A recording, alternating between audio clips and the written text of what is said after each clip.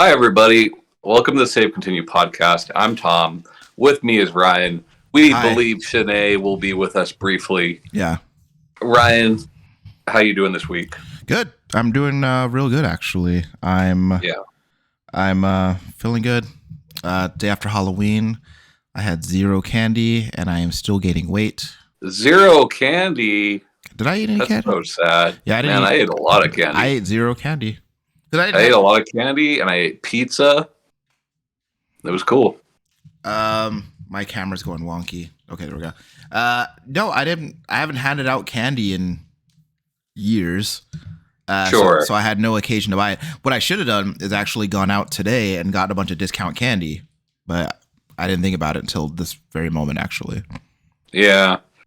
My kids went out for a little bit, and they brought back, there's always that one neighbor who wants to give you like some Christian literature. Yeah, I don't like that. Yeah, so they got a couple of those, and I always think those are hilarious. I just feel like that's I'm supposed to be getting candy, right? Well, they gave candy as well. Okay.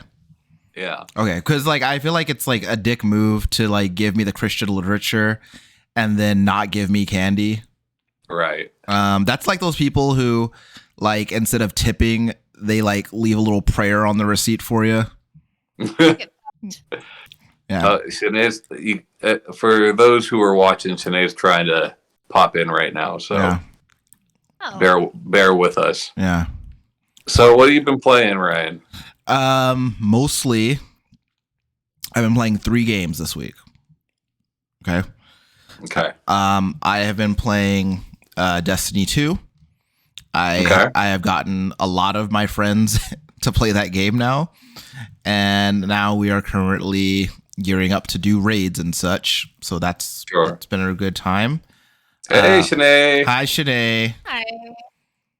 So I specifically said if y'all haven't started recording. So yeah. Hi. Yeah. Hi. Yeah. We just decided to start a little bit ago. Don't worry about it. It's fine. Okay. Yeah, we've only been rolling for 2.5 minutes actually. So you've been playing Destiny with friends. Yeah, it's been a good time. And in fact, one of those friends was very sure that he would not play Destiny until I challenged him about, because he told me he didn't like looter shooters, and I asked him why, and he never gave me an answer. And I kept pushing him on it. He never gave me an answer, so I let it go. And next thing I know, he's downloading Destiny and playing with me every day. So go figure. Well, that's good. Yeah. So there's like 6 of us now playing Destiny. Do you call yourself a clan? Well, the game calls us that. Yeah. You see, the game has designated the word clan. If the game didn't use that terminology, I would not either. Sure. More of a club, really. Yeah, Destiny Club. It's like a family. Sure. Yeah. Also been playing a lot of Final Fantasy 14 with my wife. That's been a really good time. Nice. Cool. As a matter of fact, they just opened up a new data center today, and they are offering people 1 million gil to level a character up to 30 on this new data center. So we're doing. Are you doing that? Yeah, they've also, to further incentivize you, they are giving you double XP up to level for the next, how long, KJ? For the next 3 months, it's double XP. So 3 months? Yeah. Snap. It's pretty cool. So, and lastly, the game that I've been playing a whole lot of is Marvel Snap on my phone. Oh, Lord. Yeah, I've been playing a lot of Marvel Snap. I've been seeing a lot of the ads. Yeah. Yeah. And it is actually very fun. Games are like 5 minutes at most. Maybe 7 if someone takes forever to make their turn. But it's actually a lot of fun. I'm having a hard time putting it down. The cool thing about it, and which is I feel unique to free to play card games. Well, I should let me rephrase that. Is unique in the space of free to play card games is that you can't buy cards. Like the only thing you can buy is variants of cards that the game gives you, like as you're progressing. So like for example, like you might have like you have like a Spider-Man card, right? And then like you can upgrade that card, and by upgrade it means specifically cosmetically. So like it's just like it changes in different ways, and then there are different variants of the same card but have the same stats and everything. But I've been having a lot of fun with it. It's really fun to like just just be able to play a quick match. I've been having fun like experimenting with like deck builds, and like the decks are like really small, like 12 cards instead of like a lot of card games that have you like with like 30 to 50 cards. Have you played Slay the Spire or Inscription? I have played Slay the Spire. Yeah. And Slay the Spire conceptually is very cool. The major roadblock I have with that game is I have a hard time getting really into a game where I'm not playing a card game where I'm not playing against other people. I just have there's a block for me with that. I don't know why. Like I have no idea why like that bothers me, but it does. But yeah. So is that related to the card game, like the Marvel card game coming out like in like around early December? I don't know if there is a different Marvel card game. I've not heard of another Marvel card game. This is the only one that I'm aware of. Oh, yeah. No, Berto was saying, like, just telling me earlier tonight that he wanted to get that game, and it's a Marvel card game, and it's coming around his birthday, and he's super Marvel stoked. card game. It's probably some physical thing. The only other Marvel game that I'm aware of is that Midnight Suns game. Midnight Suns, that's what it is. Yeah. That's not a card game though. Yeah, that's more more of like an XCOM type game. Oh, that's what exactly. No, that's exactly what he said. Okay, never mind. Granted, at the time I was playing Fire Emblem Three Hopes, so I was only kind of paying attention to him. Sure. So you got to manage all your people. Yeah. Yeah, I outed myself as a bad wife. Sure. Shanae, I was telling my wife because when we went to your house last week, I was telling her about how you had a really nice sound bar in your home. And I was telling her about how when you would do your special moves in the Fire Emblem, there's a really satisfying bass boom every time it happened. Yeah. And I want that for me. No, Shanae, why don't you tell us about what you've been playing? Speaking of Fire Emblem. Yeah. All right, but side note about the sound system. So oh, you just went like really out of focus, Ryan. It's okay. I'm good. It just was very distracting for me. Yeah. But yeah, so I was like never really a person that was like, oh, I need like a good sound system. I'm like, the TV sounds fine. I don't really notice much of a difference when I go to people's houses. Not really. Like maybe like big noises. But now owning one and playing games, it is a lot more satisfying on a lot of them. Yeah. But I've been mainly playing Three Hopes. Honestly, it's making me really want to play Three Houses again. For a sixth time. There's so many Fire Emblem games today. Yeah, have you considered playing one of the other ones? No, I haven't. Not recently. Okay.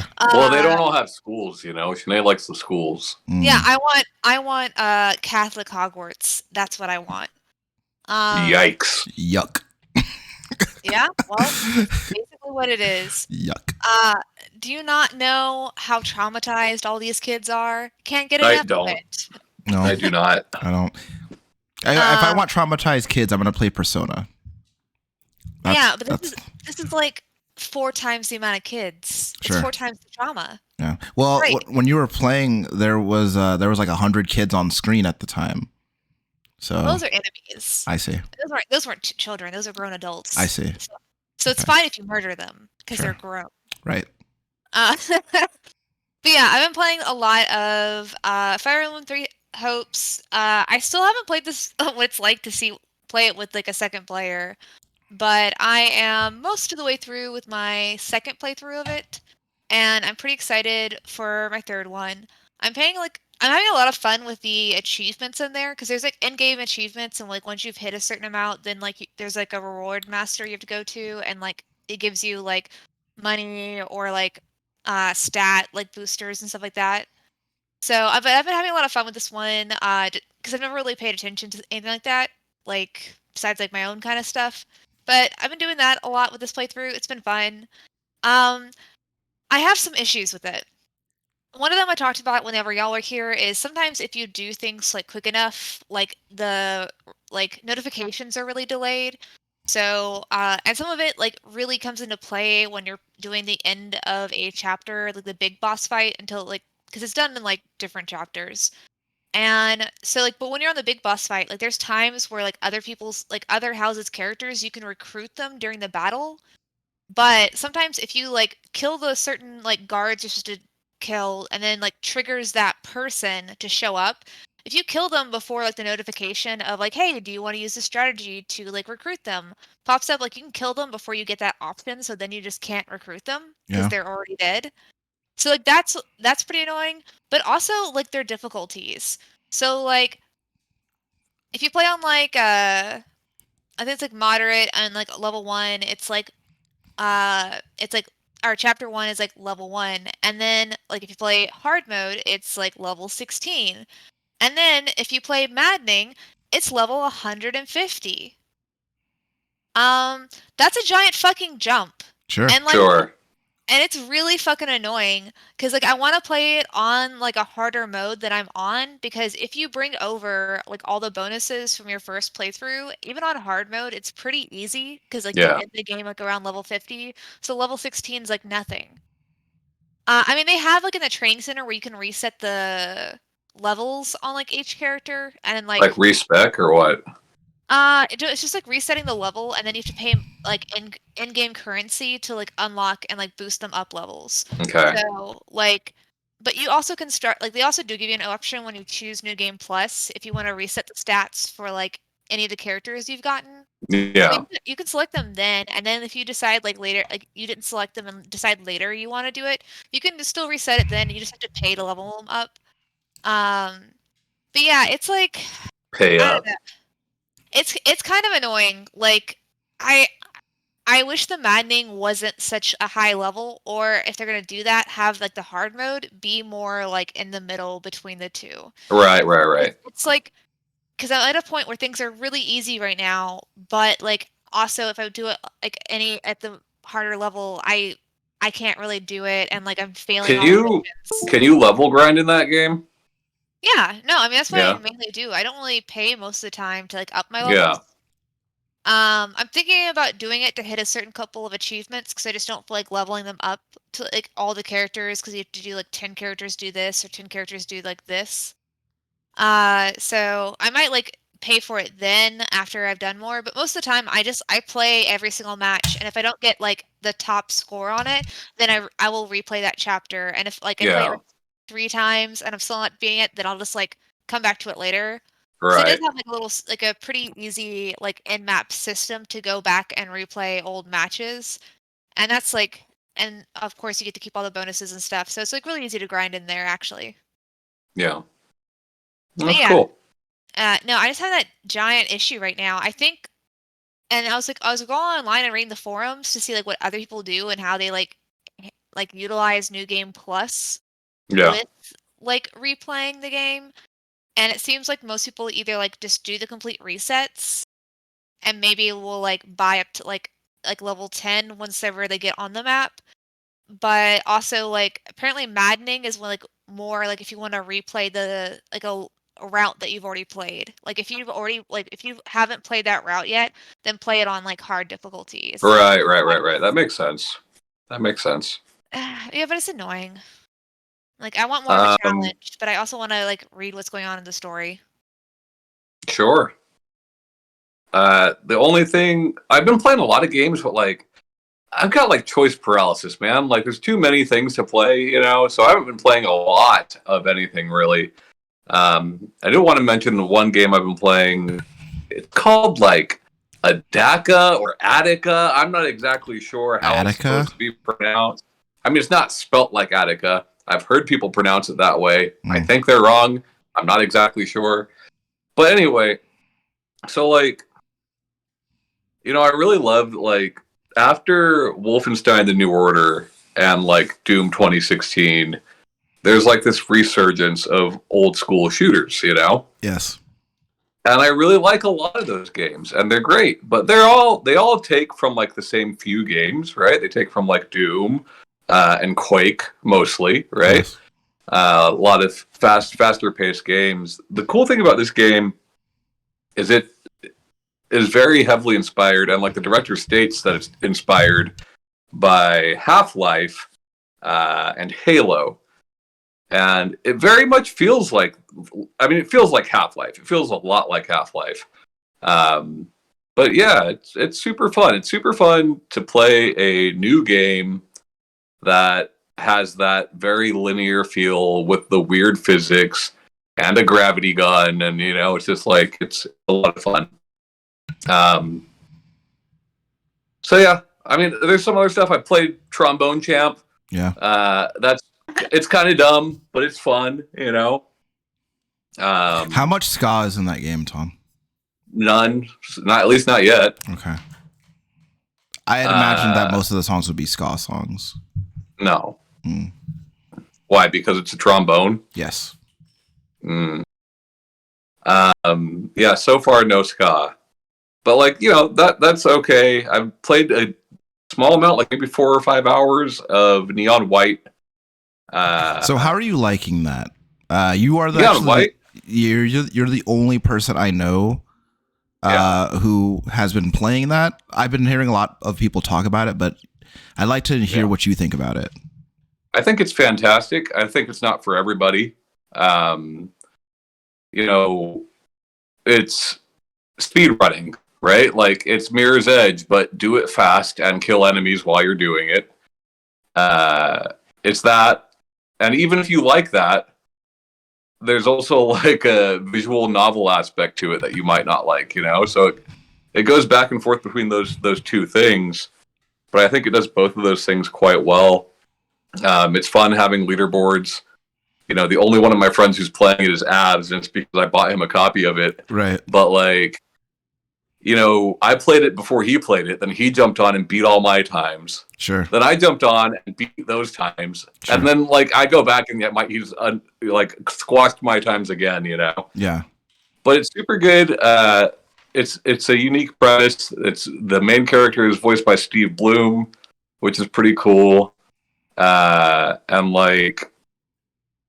it's very anime and very edgy. So if you're not into that, not just you're not into anime, but it's I don't know what to call it. I call it hot topic anime, where it's Sure. super cringy, know. Yeah. I think it's intentionally cringy, Yeah. Does that make it any better knowing that it's intentional? It does to me. Yeah. But yeah, I'm enjoying it quite a bit. That'll probably be the next thing I finish up. I'm looking at playing Mass Effect. I recently bought Mass Effect Legendary Edition because it was on sale, and I've never played through those games, so I might jump into that. But yeah, that's really it so far. So the only thing I really wanted to talk about this week is Steam Deck. I recently got a Steam Deck. A lot of people recently got a Steam Deck because you can just buy them now. There's no more reservation. And there are a few things I wanted to touch on with it that I think are interesting that not a lot of people seem to be talking about. Not talking about specs or what you can do with it. I think that's already pretty common knowledge for most people. Yeah. What I think is interesting is, one, the way that Valve did pre-orders for it. I think is something that the big three could really learn from. We saw problems with the most recent iterations of Xbox, PlayStation, and even a little bit with the Switch when that launched. So if you guys don't know, what Valve did is you put $5 down and you're guaranteed one, and they put you into a quarter of when you would receive one. You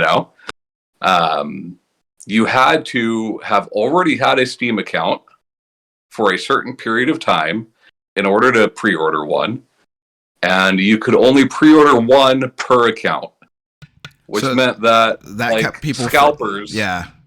Right. Yeah. I think that's really smart, and I don't think if PlayStation puts out a PlayStation 6 that they need to do exactly that, right? because clearly PlayStation, Microsoft, Nintendo, they're putting their consoles into stores, Right. whereas Valve probably will, but have yet to, right? Sure. So, sure, put them in stores and let people do those pre-orders, but also all of those places, all three of those manufacturers, you can buy from directly.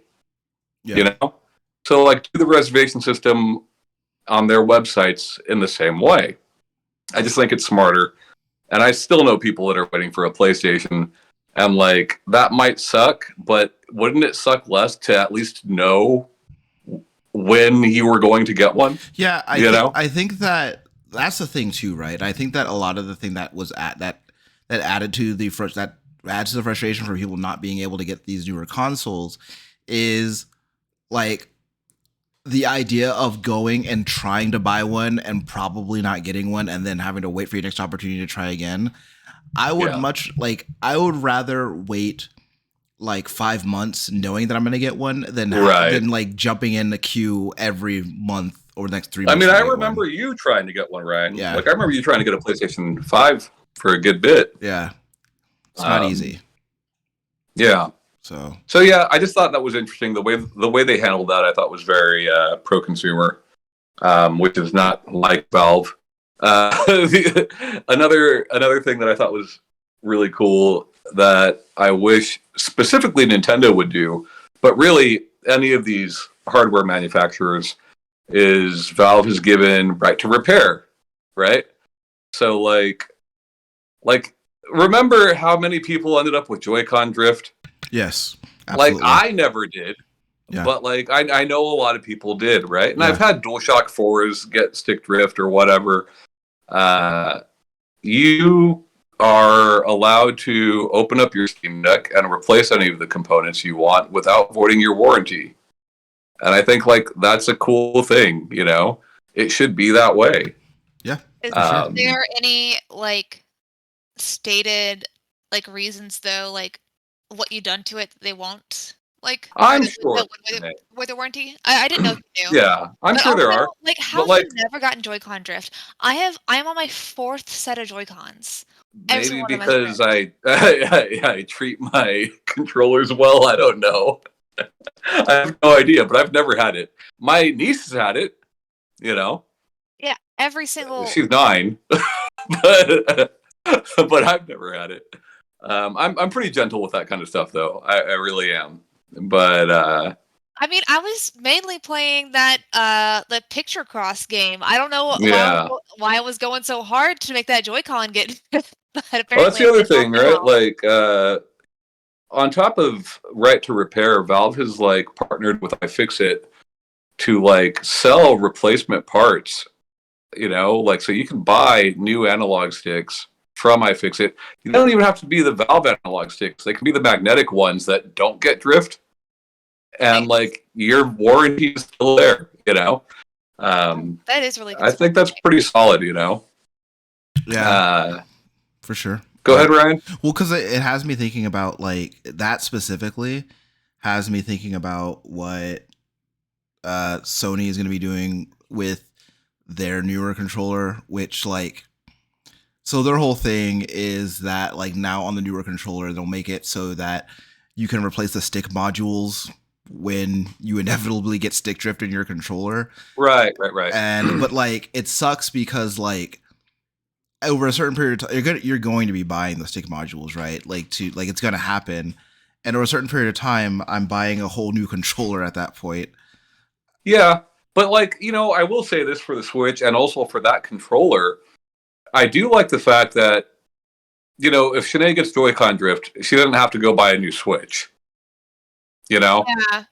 Still, Joy-Con are overpriced and it fucking sucks, but like, you don't have to go buy a whole new console because of it. Whereas with something like a PlayStation Vita or a DualShock 5, right? Right. Unless you know how to repair that, that's what you're doing. Right. I think that's pretty solid, you know, but like, to me, it's like I bought the hardware. I should be able to do with it what I want. Sure. You know? Absolutely. To an extent, right? Yeah. If I go and like, fuck up a bunch of shit inside of my console, yeah, I get that I'm voiding the warranty, you know? But like, if all I'm doing is repairing an analog stick, which would probably cost me much more to send to the manufacturer to repair. Like I don't know. I think I should be able to do that, and I think it's cool that Valve is letting people do that. The third thing I wanted to talk about, and I think maybe the most important thing that people are overlooking, that I think will have the longest effect, which we talked about this briefly when I saw you guys, is the Proton compatibility layer that Valve is using to get Windows software to play nice with Linux. What's cool about it is because it's come out and the community has taken off with it, we're talking literally thousands upon thousands of pieces of software that did not used to work on Linux suddenly do. And that number is only going to grow over time. And that makes Linux a much more viable platform for gaming, but also for just other software, And I think it's interesting. It's rare that we see a console come out that has a truly lasting effect on not only the games industry, but just the software industry in general. I just think that's really neat. Yeah. And I think that everything that I've been hearing about the Steam Deck, and granted, I haven't, the amount of time I spent with it was however long. I was playing it when we hung out. But everything about it just seems very like it sounds like it's kind of like very like consumer friendly. It sounds like it's like modular in like a lot of really important ways. It sounds like there are like a lot of really cool things that you can do with it. Like outside of like using it for games, it sounds like there's like it's a cool little portable computer, I think, and it's like it sounds really neat. I would actually like to I'm actually tempted to kind of go into like a deep dive of like some of the things that like people are doing with the Steam Deck, like outside of like, running game software, like seeing like what other cool things they can do with it. Cause it sounds like there's like a lot of like really cool use cases for it. I mean, it's a Linux PC, right? You can do what you could do on a Linux PC. If you want to stream to Twitch from it, you can. It'd be kind of goofy, but you could do it, Sure. But like, yeah, I mean, I think all those things are neat, and I do think it's a fun device. It's a good device for gaming. I don't think it's for everybody. Like if you want to just pop in a cartridge and have the game work, no problem. It's probably not for you. Sure. But like, yeah, I just think that those things are more interesting to me than the hardware itself. Like, don't get me wrong, I like it. I've been playing a lot of it, but like, those three things I think are more important than what the platform itself actually is, Yeah. Oh, maybe you can answer this for me, because I'm not like super familiar with like necessarily with like Linux. Yeah. So essentially like the thought is that of course, games will be more accessible with other Linux systems as well. Is there stuff with like Linux that like Windows can't do that's like better with Linux? Because I wonder if that would like have any effect on like game development itself, like with it being made for Linux. I think more so for older software, right? Like, I mean, I can't speak to it. I haven't used Linux a whole lot. I do know historically, right? Historically, the software is made with Windows in mind, then Mac, and then Linux, right? I don't know why that's the case, but that's been the case for a very long time now. I will say this: there are games that I've played on Windows, or I've tried to play on Windows, that run on an older version of Windows that are hard to get to run on modern day systems. Ryan and I have talked before about The Sims 3 or Typing of the Dead, like insisting on running on integrated graphics on newer Windows platforms. Whereas here, with that Proton compatibility layer, they just run no problem. I don't really know though. I'm not a Linux expert. What I do know is that Linux has been drip-fed software for a long time, and this allows them to have much more software available, So basically you're saying that Sims 3 on your Steam Deck runs phenomenal. It does, yeah.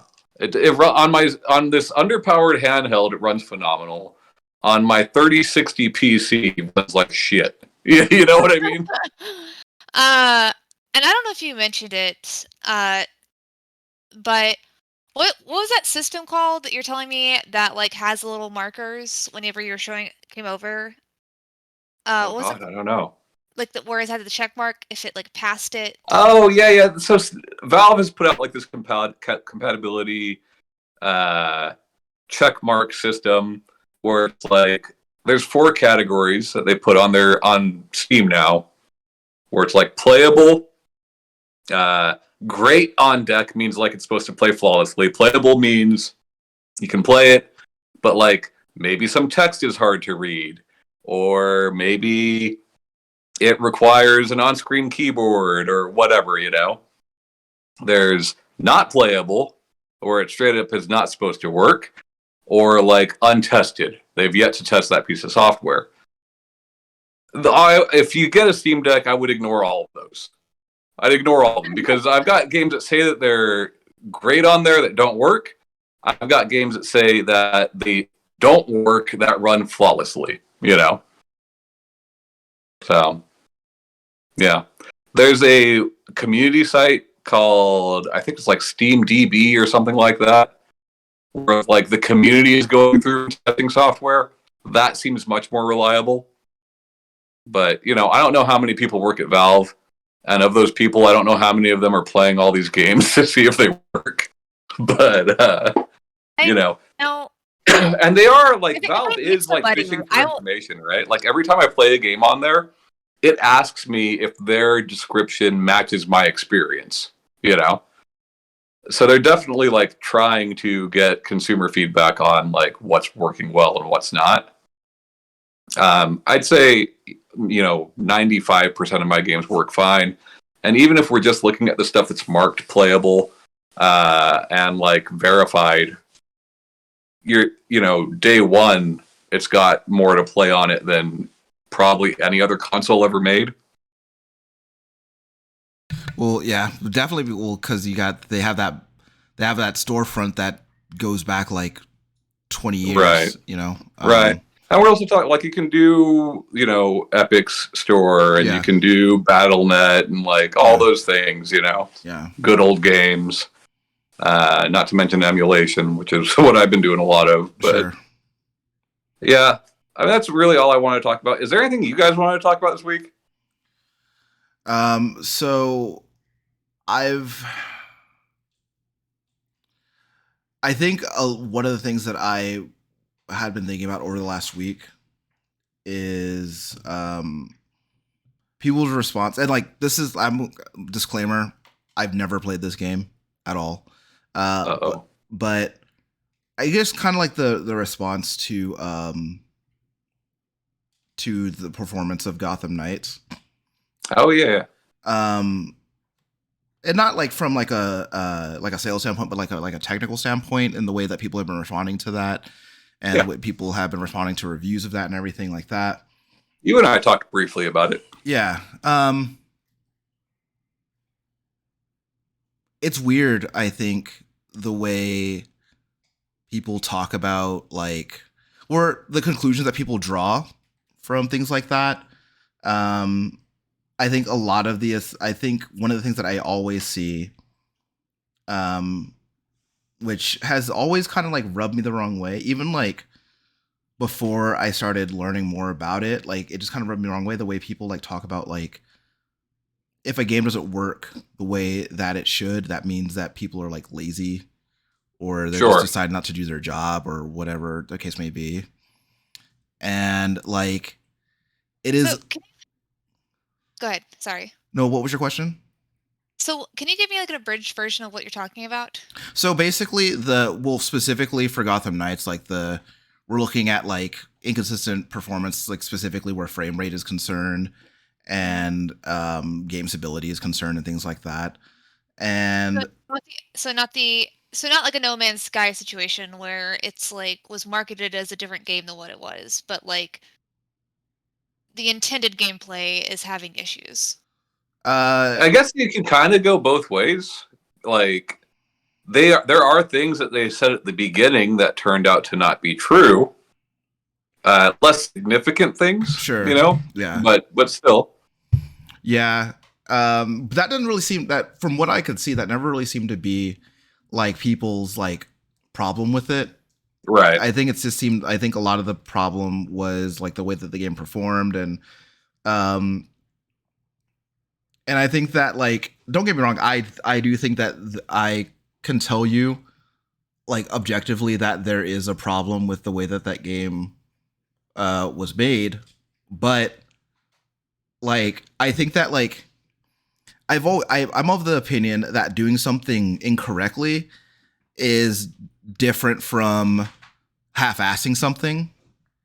I think that like I've always wanted to kind of engage in like talking about games in a way that like if the game has a performance problem or something is going wrong with it, I've always wondered like why people are never more curious as to the why or the how, and immediately kind of jump toward the like, well, this happened because the dev is lazy, or this happened because like they don't care about the product or something like that. Yeah. And it's interesting to me because like I don't hear that is a criticism that I always feel like I only hear specifically in video games. Like if a movie comes out bad, I never hear that it's like, well, they just got lazy and they just didn't want to finish it or whatever. Right. And like, I just always thought that was weird. Yeah. I feel like I hear that with other like pieces of content too, not just not just video games. People like if people don't get a clear of like what's going on, even with like gossip or scandals, they're gonna make assumptions based off like the information they have or like their preconceived notions about that like product or individual, Agreed. and having it on there. I do feel like though with like other content, it's easier to see what went wrong than it is with video games. Like in some aspects of like why something might have gone wrong. And it's also like people aren't as educated with the different like teams and like what's needed to create a video game, because with like movies, like you've seen on like TV behind the like scenes on movie sets, like you've seen like musical theater, you kind of have like a better idea of what's going on with like visual media like that. And then same with books too, like that there's a book writer, there's editors. Like I think like the big issue is that one, we exist in like this small little portion of society who is deeply embedded into this hobby, right? Sure. Online, we see a lot of people complaining about it, but like if you look at the sales of Gotham Knights so far, they're not bad. Sure. The game's not selling bad. Two, like people are very quick to forget. Like I do think people expect more as time goes on, and that does make sense. But like, I know it's not an Arkham game, but the Arkham games ran at 30. Right. Bloodborne did not run well, like at least not at a high frame rate, right?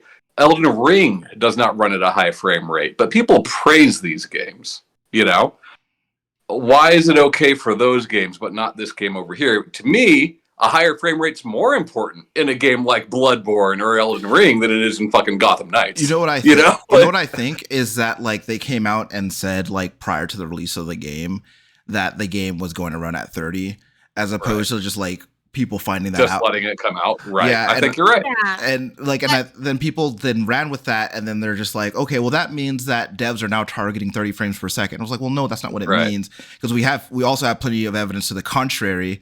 That and what sucks about that is like that like de-incentivizes transparency from publishers and developers. You know what I mean?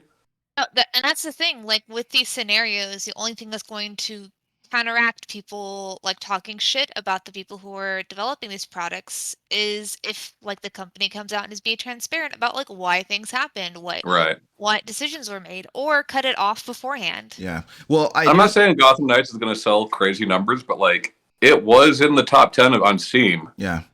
For the month that it released. And I do think that more developers and publishers are kind of pushing for a more like transparent approach to the way that they kind of market their games or the way that they announce games. I know CD Projekt Red especially has been making an effort to be more transparent about what they're working on or like projects leading up to like release and everything. It's just like what I guess gets me is that like it's like I think that people and again I think this also goes back to what Tom was saying about how there is a small slice of like people who know like that video games they're not just made and released by the people who are putting their hands on the game, right? They're also like there are people who are making decisions about what the timeline looks like and when these games come out, and these in turn influence like how the way that the shape of the game at release, because like the way that time has to be allocated and everything like that. And it sucks though, because I think that like I do think that there is a certain amount of like discourse about video games and the state that they're in when they come out, and like mixed with like the expectation of like specific properties and specific developers, right? Like you were saying, Tom, before that, like Elden Ring is a would not go so far as to say is consistent as far as performance is concerned. And I would also say that the one thing that I have never seen people point out about that game is that game kind of barely runs on last gen consoles. I mean, even on high-end PCs, Elden Ring had issues. But like, and it's like, it's weird because like the way that these expectations are formed around like, or like not expectations necessarily, but what allowances we give like different developers or properties just based on like what kind of reputation that they have, right? Yep. And like I think that from especially gets always like they always get a pass. Well, it's like Bethesda used to always get a pass. Yeah. You know? Now they don't. Yeah. People got tired of it eventually. Sure. But like, you know, all of their games are fucking riddled with bugs, you know? Yeah. And people just thought, oh, it was so funny. It's so cheeky for the longest time. And like now it's an issue, you know? Yeah. Well, I think Bethesda's a funny case too, right? Because like people are simultaneously acknowledging the fact that these games are riddled with bugs. And these same people are also the ones who are buying these games day one. Right. So it was like, I guess like, because that, I guess to me, the communication to me, because like, they're making like these games, like Bethesda Softworks specifically, like these games are all made on the same tech, and it's just like, well, if you know that this game is buggy, and like that was the criticisms that you had, and like that's the reputation that they've gotten, that they've built up over this period of time, and you're still there day one buying the game, then like the message that sends to me. Like what I get from that is that like, well, that just doesn't matter that much to you then. Well, I think a lot of people don't know that information. Sure. I think two, like, is it the same tech? It's an iteration of the same tech, right? That'd be like saying like, you know, a game made on Unreal 3 is the same as a game made on Unreal 4, or this version of Unity versus that version of Unity. You know, there are iterations of the engine that they've been using. Well, I mean, I forget the name of their engine, but like it's the same one they're using for Starfield, but like it's a new iteration of that engine. Right. You know? Well, Starfield is the first time they're developing on that new iteration of their engine, right?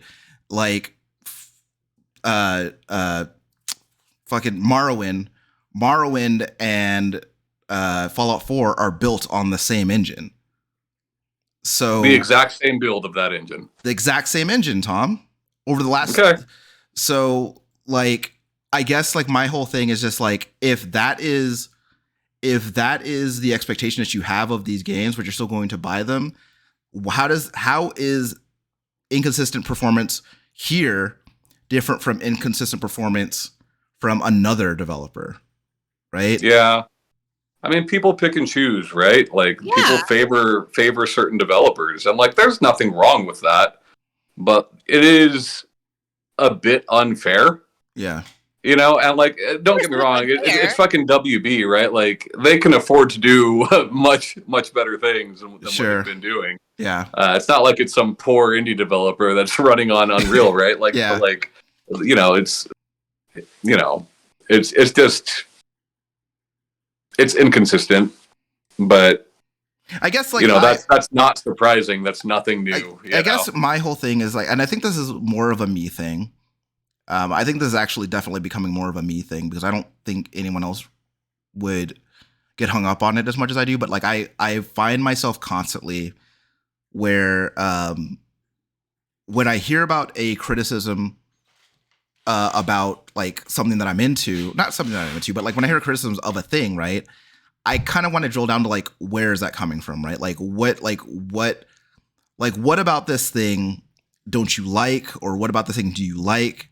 Whatever, right? Yeah.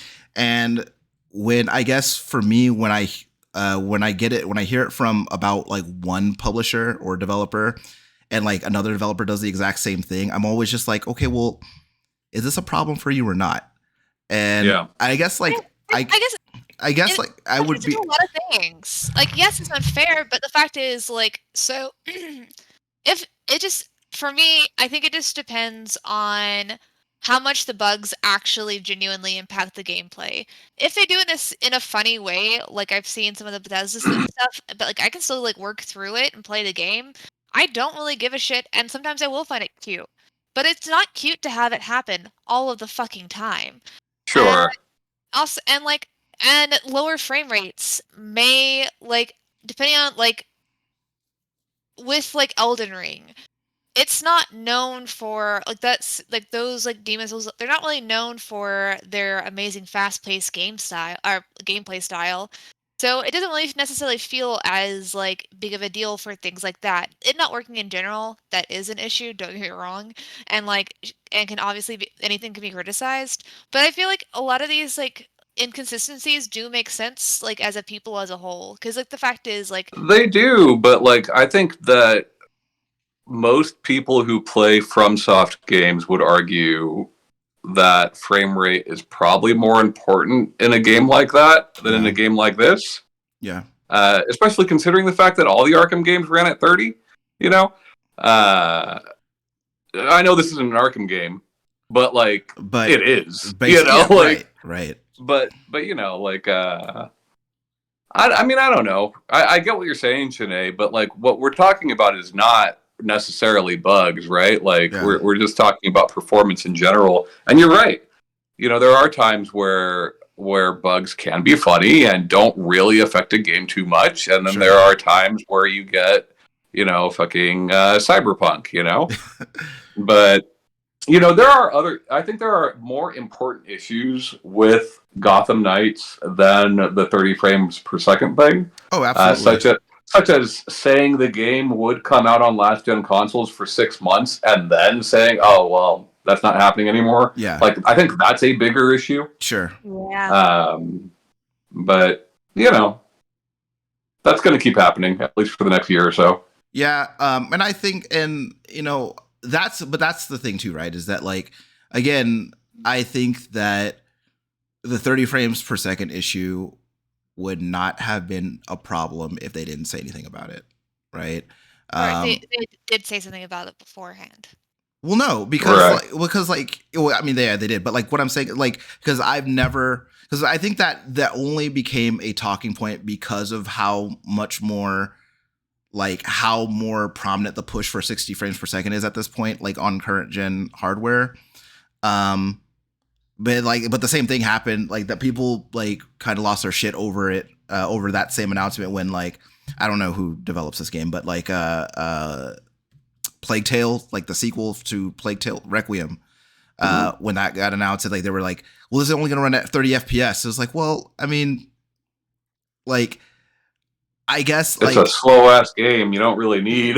Yeah, I don't know. Well, like, that's what, like, and I've maintained that, like, I'll take a stable 30 over a broken 60 any day of the week.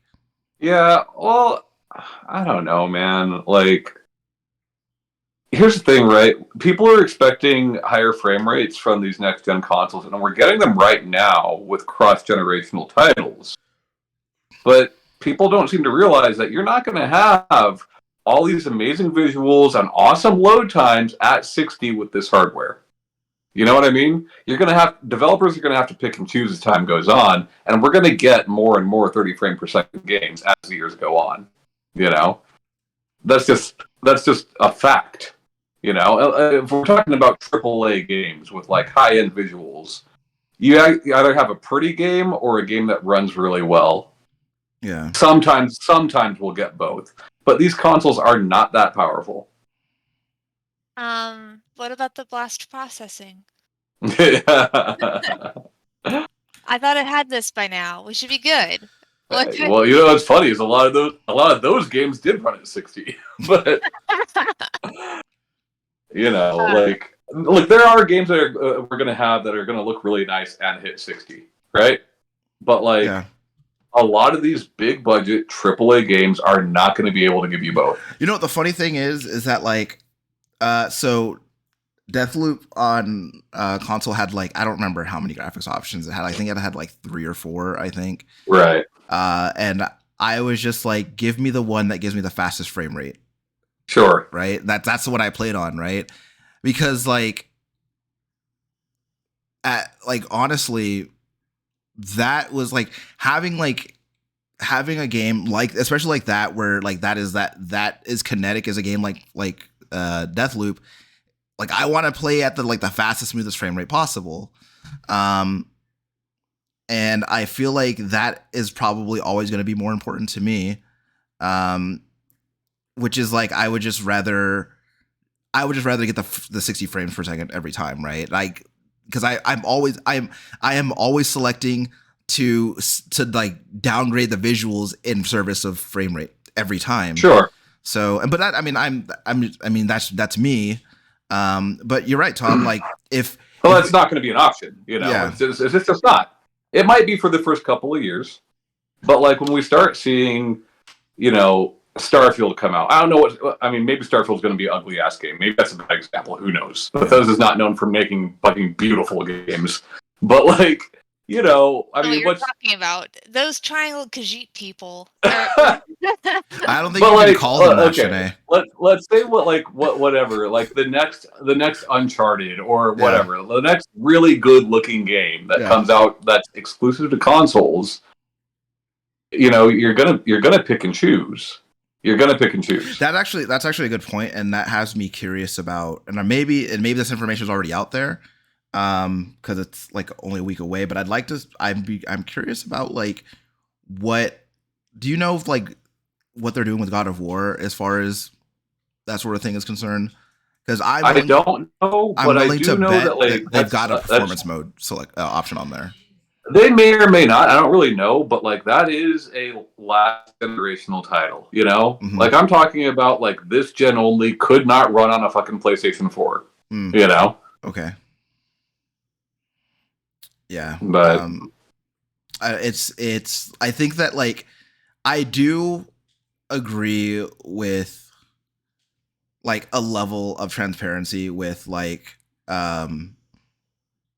with titles coming up to release, like to kind of like, I agree with it because I feel like it's a good idea to help people to measure their expectations, but at the same time, like I think that also has to be consistent messaging too, especially when you're talking about like in the case of Arkham Knights, right? Like if you like you gotta Gotham Knights, right? You have to you gotta be sure about that, about like what platforms you're releasing that thing on, right? Yeah, well, I mean, especially at this point in time, when a lot of people have those old consoles, you know, you probably pissed off a lot of people with that. I mean, I don't give a fuck. I'm probably not going to buy the game anyway. But like, you know, like. I don't know, man. Do you guys watch a lot of Digital Foundry? Because I like watching their comparison videos. Yeah, I actually literally watched the Digital Foundry video about Gotham Knights. I haven't watched that one. Yeah, but go back and watch their videos where they're comparing a game that offers performance mode versus quality mode or whatever on consoles, right? Mm-hmm. And a lot of these performance modes that are offering 60 frames are already not hitting 60 frames. Yeah. They just don't show you that. Yeah. You know? Well, like, and I think that like a lot of, at least like not every time. This doesn't happen every time, but it's funny because I hear people saying, "Oh man, this game runs so buttery smooth on the PS5." That's not running at 60, bro. You know? Yeah, like, because like what a lot of the times, like if you look at if you look at some of them, they'll say that it's targeting 60 frames per second, right? Right. So it won't say that it's like running 60. It'll say that it's targeting 60, which is like, you know, sure. I suppose that's fair. But like, I'm not saying like they're swindling people into thinking one thing or another, but you know, it's just funny to me that like if you do a little bit of research, you see that these performance modes are often not giving you the performance you think you're getting. Right. You know? Yeah. And like, and even still, like, I think that like even if a game is targeting 60 and not hitting 60 consistently, even worse, like you give me performance mode. Now, if it's not even hitting 60 and sometimes it's even dipping below 30, right, then like that's a problem too, right? And I think that a lot of the time what we're looking at is when people are using these performance modes and saying like it's like talking about how like blazing fast it is and is running at 60 frames per second or whatever the fuck. Right. I think a lot of that is like it's very much because like I think a lot of it is just like, well, maybe you don't actually know what 60 frames per second looks like. Right. And like I think that for some people there's 60 frames or there's 30 frames and then there's 60 frames and there's nothing in between. Right. The game will not be running at 40 frames or 50 frames. It's going to be, this is 60. I can tell because it looks different from the 30. I know it.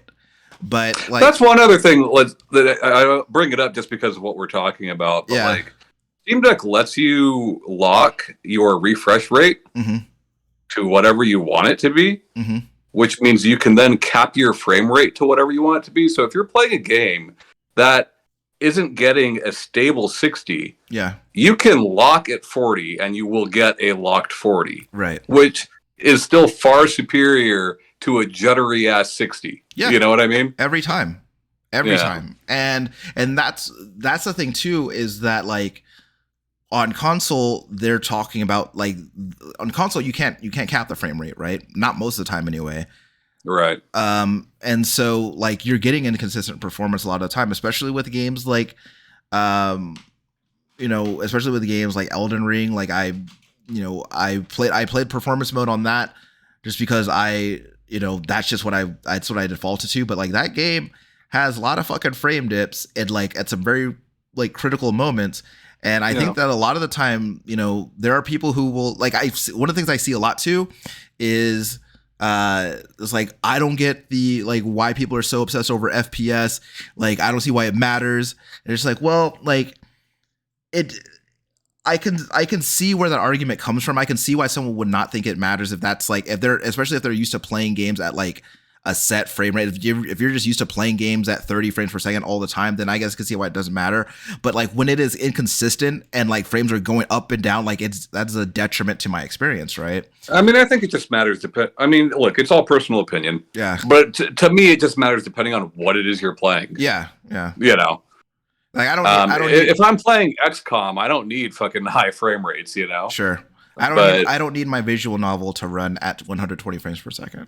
Exactly, right? Like that it's funny, but that's totally true. Sure. Sinead doesn't give a fuck what frame rate her Atomies are running at, you know? Just the other day, I need them buttery smooth. From one still picture to the next still picture. Yeah. I need it to be flawless. But even like Breath of the Wild, right? Like that game would dip when you would go into heavily wooded areas. That game would dip a little bit. Yeah. Made no difference to me, Yeah.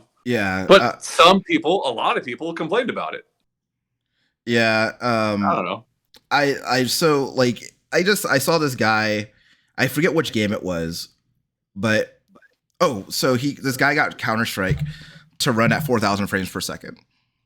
That's not necessary. It was cool that he did it and kind of funny, but like you're never going to need to get also not Yeah, it's also not much of an accomplishment. It's not. You know, I mean, it was that game. I mean, I liked watching how he did it, and it was cool that he was able to do it. But and honestly, he wasn't playing the game at 4,000 frames per second. He he got it to where he was like looking at the ground, and the game capped out at 4,000 frames per second, and that's cool. But like again, I think that where it comes from is, you know how like when people spend a lot of money on a thing and then they ask people like they'll usually show off the purchase and ask people what they think of the purchase and sort of like a validation of that purchase. And I think a lot of what it is that like I want to be able to I'm looking for justification for this purchase, right? Like I have this new like fucking hardware. I'm looking for why, like I bought this thing. Why are you not playing at 60 frames per second all the time? And that's where I think that's where the root of that entire argument comes from, is like trying to justify your $500 purchase. But like there's better ways to justify that purchase, you know, like I don't know, like Snipper Clips is a fun game, so I showed that off when I bought the fucking Switch, you know. Like I don't know, man. But it's just this entire group's detriment. Did you show it off? But you know what I mean? Like there are so many better. Like the DualSense is a cool controller. Like there are so many better things to worry about. Yeah. Well, I think it is a lot of it is that like there's that whole fucking thing with there's like some innate need to like prove yourself to the people who play on PC exclusively, like it fucking matters. And it's just like to try to prove to them that the line is blurrier than they might think. It's like, I don't give a shit. Like why does that matter? You know, but because that's because like people want to feel like they're getting basically, or they want to be able to say that they're like getting a like a PC quality video game experience on these new boxes. And like in more ways than one, they're not. And that's okay, because like that's in a lot of ways they are. But like, you know, like I'm willing to bet a lot of the people complaining about Gotham Knights frame rate had no intention of playing the game to begin with, you know. Oh, 100%. But 100%. You know, people like to complain. I like to complain. But yeah. I don't know, man. I also feel like some people, like whether they're contrarian or they're just like unhappy with their life, I feel like some people like consume media with the intention of like trying to find gotchas. Yes. Sure. I know. Yeah. I know. Sure. It's bad. And I'm just like, that's a terrible way to consume media. I mean, I guess you do you. Your complaints will still go unheard by this rock of a person who's only interested in my bullshit that's in front of me, and I'm going to continue to play the only 2 games about the same Fire Emblem universe back and forth forever. So I don't really give a shit. One thing I learned. See, that's what I love, right? We're watching Sinead play that Fire Emblem game, and the frame rate, like the game's buckling under the weight of 100 soldiers. Of Sinead's fucking power.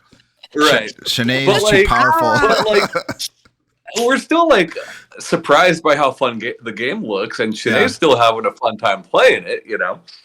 Well, I don't know. Like, not every game. Like because y'all don't know the game, it looks very impressive. Right. Until you've played it, every Muso looks cool as shit. You're like, oh, this is like such big moves. Actually, and I'm like, I've been pressing the same button for hours. Even like knowing what a Muso is and like having played a lot of them, I was still surprised by like, man, this actually does look pretty cool. Yeah, you know, that's what I mean, right? But like I don't want like Street Fighter better run at a high frame rate, you know? Yeah. Like there are games where it matters, but there are so many games where, to me at least, it just really doesn't. Yeah. But you know what people absolutely do hate when they put in games? I learned that people really don't like it when they find out, or there's reporting that a game is adding non-binary gender options in a video game. People really hate that. And they will tell you that it's like, I'm not buying this game anyway, but that's fucking stupid. And it's just like, well, I mean, don't buy it. There's plenty of games that like don't necessarily have like a male or female option. They just have like a blank body, and you pick the body type and the hair and all that's like available. Mm-hmm. And I feel like a lot of people have played at least like one of those games. So sure. like you've already played an option with a non-binary because it's a fucking doll that you created to look like whatever the fuck you want. All right, no We dolls. It's funny. So I started Attica. Turtles. I started Attica today, and like it specifically says the character is non-binary, which is like the first time I've seen that in a game. You know, Right. but like it also doesn't really matter in the game. You know, like I don't know. At least not so far, not yet. Just to speak about Fire Emblem, I didn't really notice like a large difference in dialogue, except for like a couple characters and only like small scenes between choosing male and female. Like it definitely could have been non-binary for all the dialogue, and it would not have mattered. Like Nintendo has made it very clear in the past that it matters to them. Yes. That is true. The one thing I noticed about Fire Emblem is that there are people in that game fighting with books, and I think that's very strange. It's magic, Ryan. It's magic. I say. No, they brought books to a knife fight. Yeah, they did. Because I'm just imagining like when you were like cleaving through these dudes holding books, like the image that I had in my head of them like holding up the book to like block the sword, like cowering behind the book. Just looking at Yellow Pages and whacking people with it. But like yeah. I don't know. I think that honestly that video games are fine. I think that there's like a very vocal minority of people who are very much going to naysay and doomsay everything that's happening in video games. And I think that video games are moving, in some ways they're moving in directions that I don't like, but in a lot of other ways they're also moving in directions that I can really get behind. And I think that it should be easier for people to be receptive to what is going on in video games, or at the very least be open to the idea of asking questions and thinking critically to better understand the medium that they like so much. Yeah, I think I really like looking at games critically, and clearly you guys do too. Yeah, but like I'm not critical of nothing. I like it. No, but you are though. You are. Yeah. And I've got a friend, Jake, who recently put up a video about the new Call of Duty game, and he called it like evil, like it is an evil game, because of some of the content in the game, some of what you are doing in the game. Sure. And like he's got a very good point. Fine. He's got a very good point, but like also that game is going to sell to tons and tons of people. It will, because most people just want to go shoot some things, Yep. Same thing with Gotham Knights. It's selling at least decently well because people just want to go be fucking Red Hood and Batgirl, Sure. Yeah. What we see, it's all over. Like that shit's all over my Twitter because that's who I choose to follow. Yeah. But that's such a small slice of the pie. You need to be following the Musk. He owns it now. You should follow him. No. I see enough of him without following him. You know what I mean? Yeah, no, unfortunately, yes. Unfortunately. Mm. But yeah. Did we have any closing thoughts besides temper your expectations, which is pretty much what we always do? And then also buy a Steam Deck. Those are the two things I got for closing. No, don't buy a Steam Deck. If you are into PC gaming and you fuck around with settings, then buy a Steam Deck. But if you Thomas, if you just play Nintendo and PlayStation, you're probably not going to be happy with one. Are you really gonna contradict me in front of all of these people right now? Yes. All right, Ryan, what you got? I muted myself. I guess. I don't know. I think I've said all I have to say, so I'm good, actually. Yeah. All right then. In case y'all were wondering, you can find us on most podcast apps. If you want to see our faces, we're on the YouTubes. We also have a Discord, which will be linked somewhere. And bye, guys. Bye-bye. Bye.